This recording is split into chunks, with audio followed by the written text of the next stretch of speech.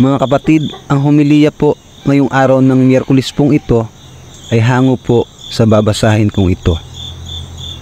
Lucas Kapitulo 19, versikulo 11 hanggang 28. Ang talinhaga ng salaping ginto. Habang ang mga tao ay nakikinig, isinalaysay din ni Jesus sa kanila ang isa pang talinhaga. Si Jesus ay malapit na noon sa Jerusalem at inakala ng mga tao na magsisimula na ang paghahari ng Diyos. Kaya't sinabi niya, may isang maharlikang pumunta sa malayong lupain upang ito'y gawing hari. At pagkatapos nito, siya ay babalik. Subalit bago siya umalis, tinawag niya ang 10 sa kanyang mga alipin at binigyan ang mga ito ng tig-1 gintong salapi. Sinabi niya sa kanila, ipangalakal ninyo iyan hanggang sa aking pagbabalik. Ngunit galit sa kanya ang kanyang mga nasasakupan.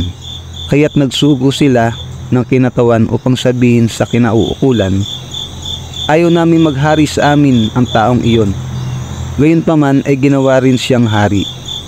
Nang makabalik na siya at nagsimulang maghari, ipinatawag niya ang mga aliping binigyan ng gintong salapi upang malaman kung magkano ang tinubo ng bawat isa. Lumapit sa kanya ang una at ganito ang sinabi, Panginoon, ang 1 gintong salaping ibinigay ninyo ay tumubo ng 10. Magaling, sagot niya, mabuting alipin. Dahil naging tapat ka sa kakaunting ipinagkatiwala sa iyo, pamamahalain kita sa 10 lungsod. Lumapit naman ang ikalawa at ang sabi, Panginoon, ang gintong salaping iniwan ninyo sa akin ay tumubo ng 5. At sinabi niya sa alipin, mamamahala ka sa 5 lungsod. Lumapit ang isa pang alipin at ganito naman ang sinabi, Panginoon, narito po ang inyong gintong salapi. Binalot ko po ito sa panyo at itinago. Natatakot po ako sa inyo dahil kayo napakahigpit. Kinukuha ninyo ang hindi sa inyo at inaani ang hindi ninyo itinanim. Sinagot siya ng hari, masamang alipin, sa salita mong iyan ay hahatulan kita. Alam mo palang ako'y mahigpit at sinasabi mo pang kinukuha ko ang hindi sa akin at inaani ko ang hindi ko itinanim. Bakit hindi mo na lamang idiniposito sa bangko ang aking salapi? May tinubo sana yan bago ako dumating.